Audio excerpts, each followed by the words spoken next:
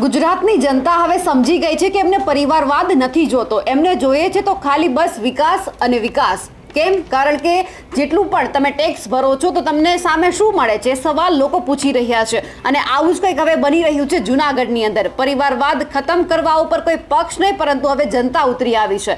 જનતાએ પણ સાબિત કરીને બતાવી દીધું છે કે તેમને ખાલી વિકાસ જોઈએ છે, તેમને સારા કામ જોઈએ છે, તેમને કોઈ જ પરિવારવાદનો ચહેરો નથી જોતો કે પરિવારવાદમાં પડવું નથી। અને આવું એટલા માટે બન્યું છે કારણ કે ગિરીશ કોટેચા આ વખતે જેમને ટિકિટ આપવામાં નહોતી આવી અને એમણે પોતાના દીકરા પાર્થ કોટેચાને મેદાનમાં ઉતાર્યા હતા, તે હવે હારી ગયા છે। એટલે જનતાએ તેમને કહી દીધું છે કે અમારે પરિવારવાદ તો નથી જ જોતો। નમસ્કાર, નિર્ભય ન્યૂઝ સાથે હું છું રિદ્ધિ।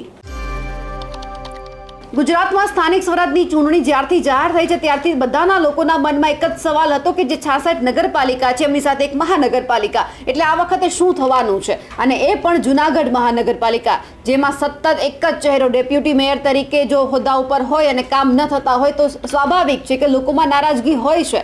કેમ? કારણ કે કામ છે તે ત્યાંના મેયર હોય છે, ડેપ્યુટી મેયર હોય છે, એમણે કરવાના હોય છે, એમનાથી ન થાય પછી સાંસદને ધારાસભ્યને રજૂઆત કરવાની હોય છે, એટલે સ્થાનિકો કંટાળી ગયા હતા। અને આ વખતે જે રીતે ભાજપે ક્યાંક પરિવારવાદને સમર્થન આપ્યું હોય તે રીતે આપણે જોયું ઘણા બધા ઉમેદવાર એવા હતા કે જે જૂના રિપીટ ન કરી શકે એમ હોય તો એમણે એમના જ પરિવારમાંથી ટિકિટ આપી દીધી। એટલે એમાંના એક એટલે ગિરીશ કોટેચા, એમણે પોતે ટિકિટ ના લીધી। વોર્ડ નંબર 10માંથી જે વર્ષોથી તેઓ ઊભા રહેતા હતા તો તેમણે આ વખતે ભાજપે વોર્ડ 9માંથી પસંદગી કરવાનું કહ્યું અને પાર્થ કોટેચાને વોર્ડ નંબર 9માંથી ઊભા રાખવામાં આવ્યા।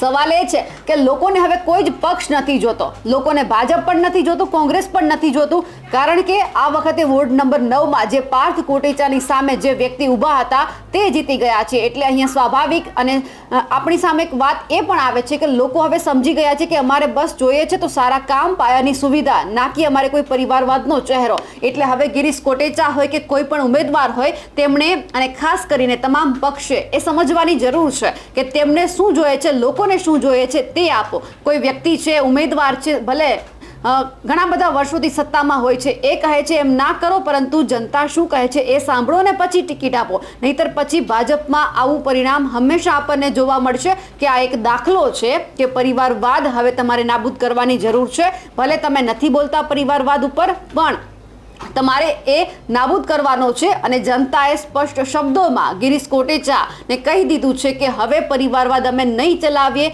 કંઈ વાંધો નહીં, વિકાસના કામ અપક્ષ ઉમેદવાર નહીં કરે તો ચાલશે, પણ હવે પરિવારવાદને અમારે ખતમ કરવો છે।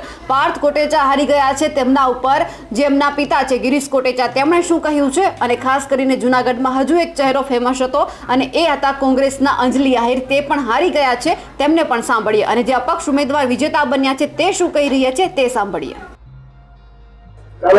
અમારી પેનલમાં 3 જણા ચૂંટાણા, પાર્થ ચૂંટણી હાર્યો છે અને અપક્ષ ચૂંટાડો।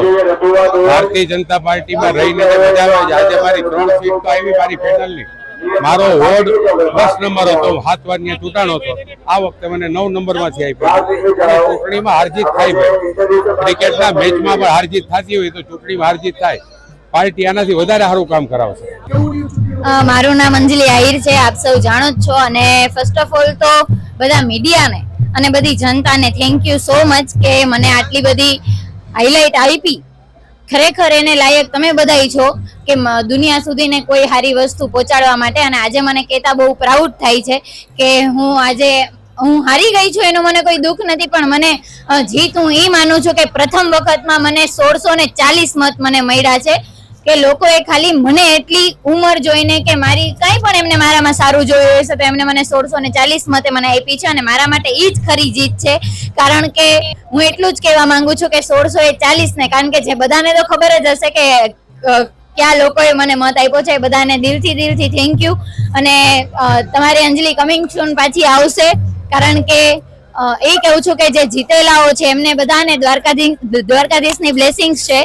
ખરેખર એમના માટે હું એટલું જ કહીશ કે 5 વર્ષથી જેમ લોકોના પ્રોબ્લેમ ને એ બધું મીડિયા દ્વારા દેખાડવામાં આવે છે તો એ 5 ખરા ઉતરે, લોકોની સમસ્યાઓ દૂર કરે, કારણ કે હું એવું જ ઈચ્છું છું રાજકારણથી કે લોકોની સમસ્યાઓ દૂર થાય, પછી પાર્ટી કોઈ પણ હોય। યુવા ઉમેદવાર શ્રી આકાશભાઈ કરમણભાઈ કટારા, ભારતીય જનતા પાર્ટીએ જે મને નાની ઉંમરે તક આપી છે, જે પાર્ટીના સિદ્ધાંતો છે અને અમારા પરિવારના સિદ્ધાંતો મુજબ હાલ્યા છીએ, અને પાર્ટી અને પ્રજાએ અમારી પર જે વિશ્વાસ મૂક્યો છે એ વિશ્વાસને અમે સારો રાખ્યો છે અને સારા કામ કરશું અને પ્રજાની વચ્ચે રહેશું એવો અમારો નિર્ણય છે.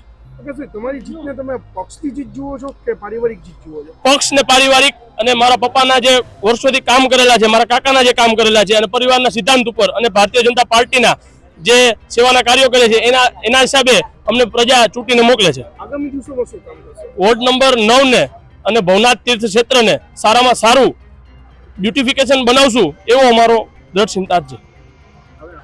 કયા વોર્ડમાંથી ઉભા હતા? વોર્ડ નંબર 5 ના ઉમેદવાર ગયા વખતે શું હતું? ગયા વખતે અમારે બધી શહેર પ્રમુખો હતા, અને આ વખતે આ વખતે ઓપરેટર બની ગયા. કેવું અનુભવ લાગે છે? કેવું લાગે છે? સારું લાગે છે હો. શું કરશો તમે હવે? અમે બધા લોકોને કામ કરશું સારા. વિનેશ અદવાણી, વોર્ડ નંબર 5 ઉમેદવાર ભારતીય જનતા પાર્ટી.